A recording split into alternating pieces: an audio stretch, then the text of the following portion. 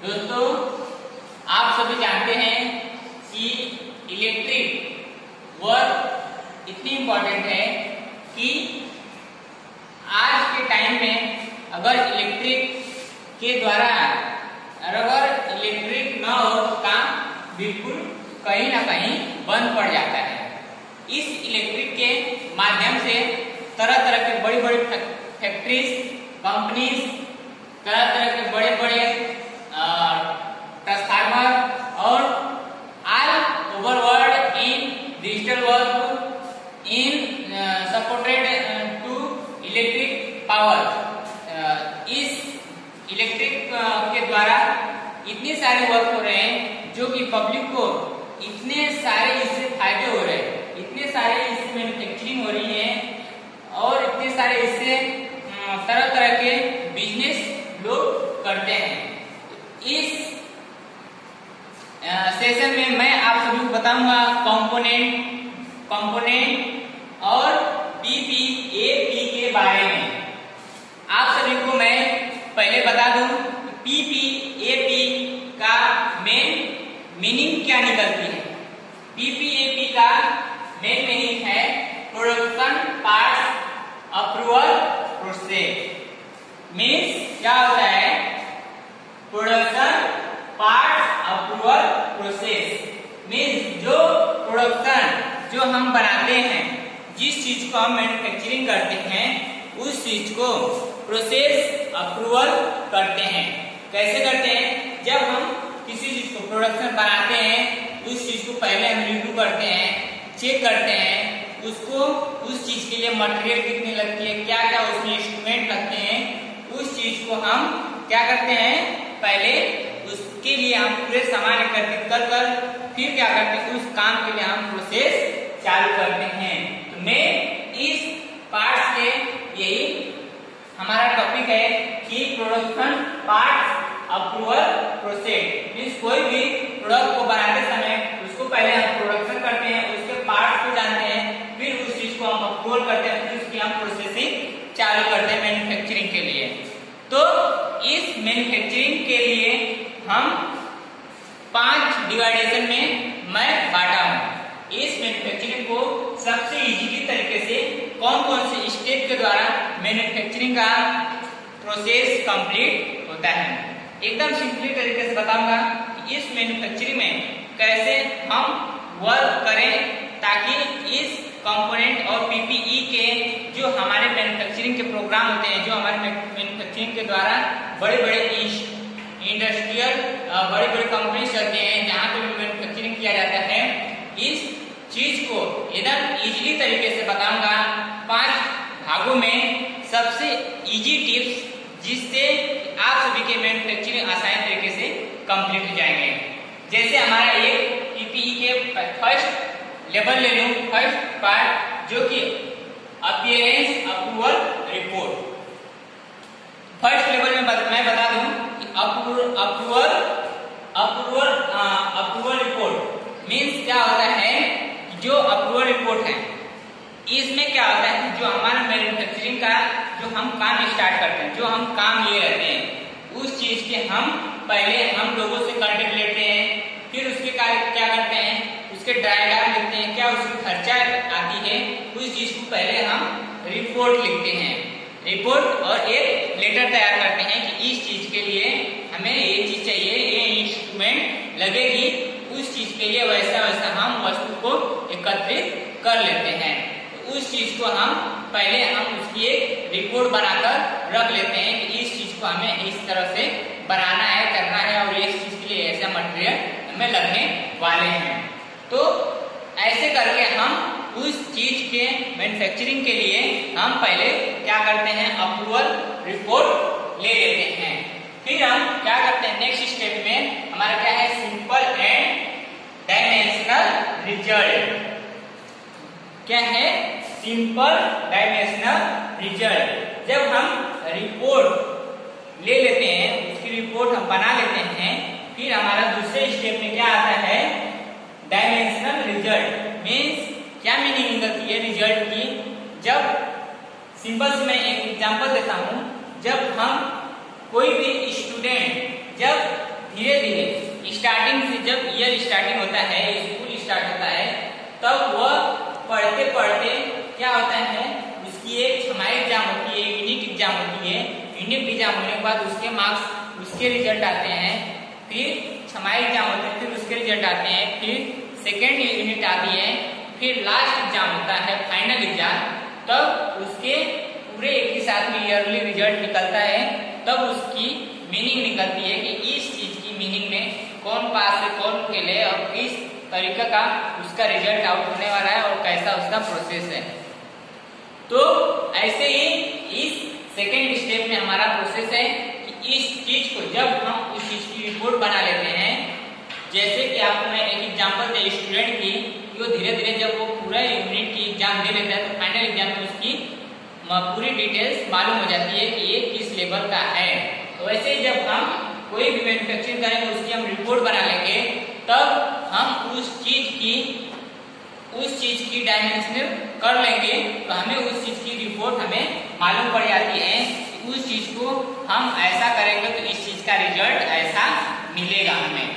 तो यही हमारा सेकेंड लेवल में हमें उसकी रिजल्ट मालूम पड़ जाती है। और हमारा थर्ड लेवल में जो है कंप्लीट सपोर्टिंग डॉक्यूमेंट्स। तो आप सभी जानते हैं कि जब भी हम कोई भी मैन्युफैक्चरिंग करते हैं, सपोर्टिंग डॉक्यूमेंट मींस उसके साथ में कौन कौन से हम डॉक्यूमेंट अटैच करेंगे, क्या क्या उसके साथ लगेंगे, और भी उसे हम आगे पास करने के लिए और भी कितने सारे हमें डॉक्यूमेंट या कितने सारे इंस्ट्रूमेंट की हमें उसमें जरूरत पड़ती है। तो ऐसे ही हम क्या करते हैं, सपोर्टिंग डॉक्यूमेंट उसके साथ साथ में हम उसमें ऐड करते हैं। और थर्ड स्टेप में सपोर्टिंग डॉक्यूमेंट, और फोर्थ डॉक्यूमेंट में भी सेम वही प्रोसेस रहता है, सपोर्टिंग डॉक्यूमेंट, लेकिन इसमें से थोड़ा सा ये रहता है कि कंप्लीट प्रोसेस दिखानी रहती है। फोर्थ प्रोसेस में क्या रहती है, कुछ ना कुछ उसमें कंप्लीट प्रोसेस मींस प्रोडक्ट को हम कितने प्रोसेस में वर्कआउट कर चुके रहते हैं, उस चीज को हमें दिखाना रहता है।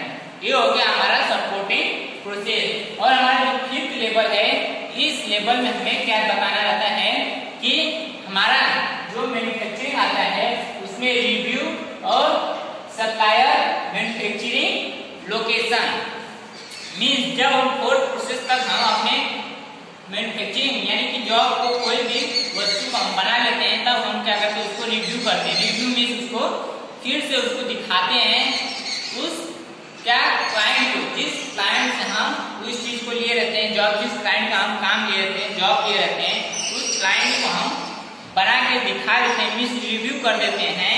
उसके बाद हम क्या करते हैं, सप्लाई करते हैं अलग अलग जगहों पर मैन्युफैक्चरिंग करके। और फिर उसके बाद लोकेशन मेन पॉइंट रहता है, हम कहाँ पे उस चीज को रिव्यू करते हैं, कहाँ पे हम उस चीज को बनाते हैं, उस चीज को हम वहां पे पांचवें स्टेप में बताते हैं। क्यों बताते हैं लोकेशन, क्योंकि जब हमें एक क्लाइंट से दूसरे क्लाइंट को जोड़ना रहता है, तब हम अपनी क्या करते हैं, लोकेशन को बताते हैं कि हमारा लोकेशन यहाँ पे है, हम एक प्रोडक्ट को बनाते हैं और इस टाइप के हमारे यहाँ वर्कआउट होते हैं। ऐसे ही जब हम लोकेशन को ऐड करते हैं, तब हमारे मैन्युफैक्चरिंग इंडस्ट्रियल एरिया की और कंपनीज की और भी सारे आगे जगहों में इसकी फैलाव होता है। तो ऐसे ही पीपीए में means production part approval process में इतनी सी इंफॉर्मेशन में आप सभी को बताया कि लेवल 1, लेवल 2 और लेवल 3 और लेवल 5 के बारे में इजी तरीके से प्रोसेसिंग करने के लिए। और इसमें और भी एक इजी तरीका बता देता हूँ। इसमें दो चीज मेन मायने रखती है, एक क्लाइंट और एक सप्लायर। मीन जब हम क्लाइंट को पकड़ते हैं तभी हम उस चीज को सप्लाई करते हैं। ये दो पार्ट आपको पहले ही मालूम कर लेना चाहिए कि कौन से हम क्लाइंट को पकड़ेंगे तो कहाँ पे हम सप्लाई करेंगे, कौन से क्लाइंट को हम ऐसा पकड़ें हमें हमारा सप्लाई बराबर होगा। मीन्स एक क्लाइंट से दूसरे क्लाइंट को हमें पकड़ेंगे तब हमारा काम इस तरीके से आगे और फैलते जाएगा।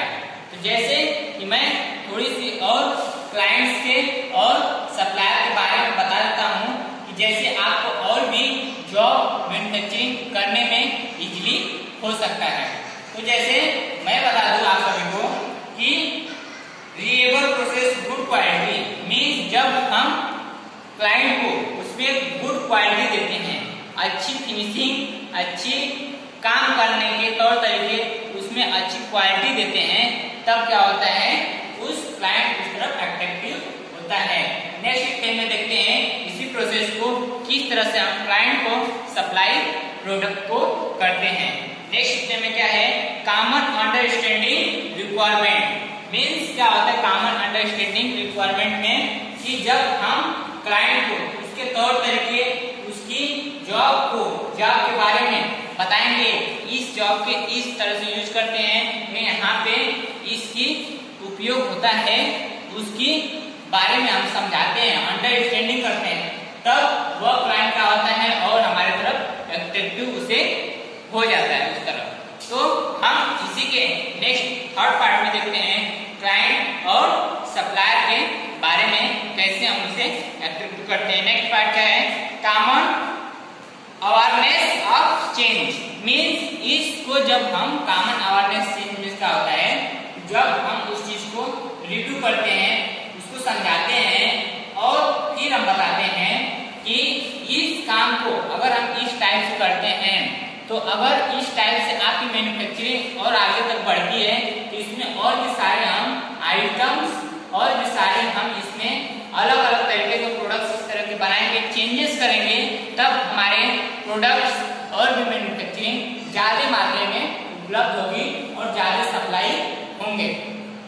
तो ये हो गया हमारा फोर्थ पार्ट, ये हो गया क्लाइंट और सप्लायर के थर्ड पार्ट और फोर्थ पार्ट। और मैं आगे का पार्ट बताता हूँ कौन सा, कि हमारा ये अवॉइड कॉन्फ्लिक्ट, अवॉइड कॉन्फ्लिक्ट। इसमें क्या होता है कि जब हमारा आप सबको बताया कि उसमें जब हम चेंजेस करते हैं फिर क्या करते हैं, क्लाइंट और सप्लाई को क्या करते हैं एक दूसरे से जोड़ने का, उनको कन्फ्रेंस करने का काम हम करते हैं कि अगर आगे इस चीज को बढ़ाना है, उसे और भी आगे ले चल के हमें इस चीज को और बढ़ावा देना पड़ेगा और इसमें और बहुत सारे हमें बेनिफिट मिलते हैं। तो ऐसे ही पीपीई, पीपीएपी में और पीपीएपी में इतनी सी 5 टिप्स और क्लाइंट और सप्लायर के कुछ पार्ट्स इजीली तरीके से बताते हुए इस